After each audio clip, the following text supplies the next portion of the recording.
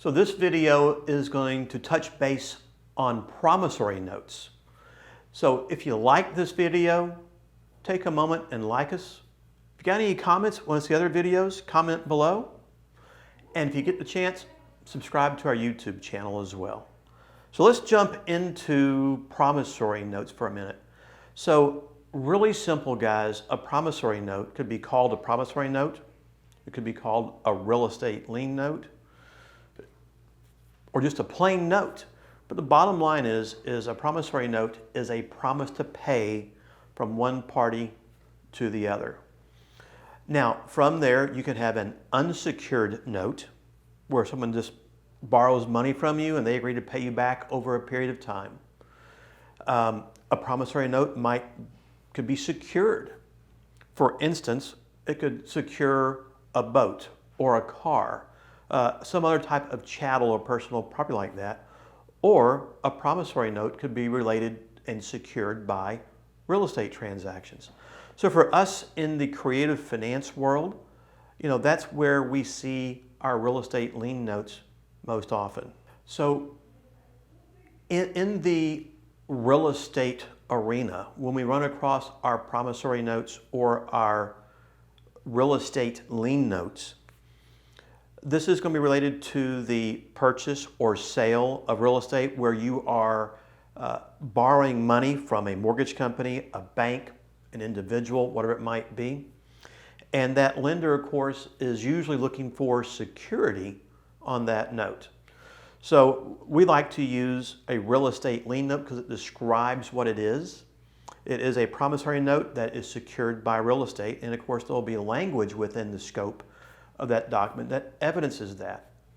So the question then behooves, well, how is it secured? Well, it is secured by a security instrument, which could be deemed a mortgage, but typically here in the Texas marketplace, it's secured by a deed of trust, which is what creates the lien on the real property and gives the lender the security.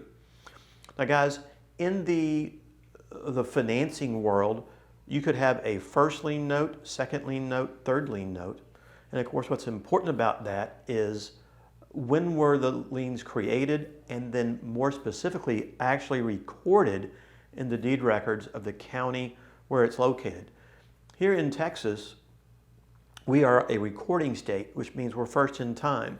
So oftentimes, whoever gets to the courthouse first recording may have their lien in first lien position because of the date of recordation, even though another lien may have arisen before it. I know that sounds a little confusing, but it happens. We've all heard of someone selling a house twice, where the two buyers race to the courthouse to see who can record their deed first. And yes, that really does happen in real life. And if you live in a recording state arena, then it is a first in time issue. So it's important to make certain that if you are originating a lien on real estate, you want to get down to that courthouse quickly and get it recorded for protection purposes. And again, that's why we use title companies and closing agents, is to do just that, to ensure that those items get recorded. Now, when we are structuring a promissory note for a transaction, there's a couple of things that make up a note. Obviously, it's the loan amount that you're going to lend. It's going to be the interest rate that you're charging, and it's the term of the loan. It could also be an amortization issue of the loan as well. And then, of course, the fourth part of a note is the payment amount. Whenever you have one of the four primary categories, the loan balance, the interest rate, the term, and the payment, so long as you have three of those four, you can always calculate the fourth, which is kind of nice to do, especially when you're working with an amortization schedule. Now, as you put those terms together in your note, other things can happen. You can create this as an interest-only note. It can be an amortized note, meaning it's paid off over a period of time. And of course, you can set that up on a 30-year note, 20, 15, 10, whatever you and your lender negotiate along the way. In addition, with a note, you may create what's called a balloon vehicle within that note. So you might be paying on an amortized basis, say a 30-year amortization, keeping your payment a little bit lower, but the lender wants be paid off in full in 10 years. So whatever the loan balance is at the end of that 10-year period of time, it comes due and payable. So of course, to determine that balance, you have to run an amortization schedule and go down the list to the 120th payment, the 10th year, in order to know what that payoff amount is.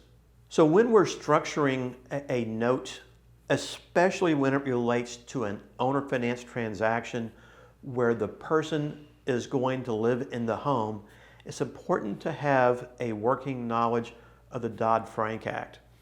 Even though you might be exempt from the Dodd-Frank Act, you still want that working knowledge to ensure that you're complying as closely with it as possible. And basically what Dodd-Frank wants you to do is to ensure first and foremost is that your borrower has the ability to repay the loan. If you're doing a wraparound note, there are various terms and provisions that are very important to comply with, because we may be down in the qualified mortgage range, the high cost range, or the high price range, and each one has different scenarios, different calculations for the annual percentage rates, and things of this nature that are important to understand as you're putting that transaction together.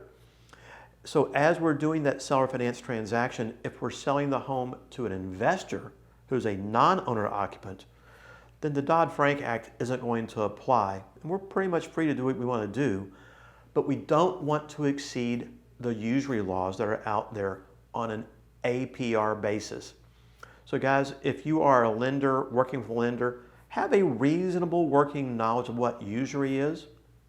For instance, here in Texas, it's up to, I believe, a 24% APR for a corporate entity and up to 18% for an individual that you can charge.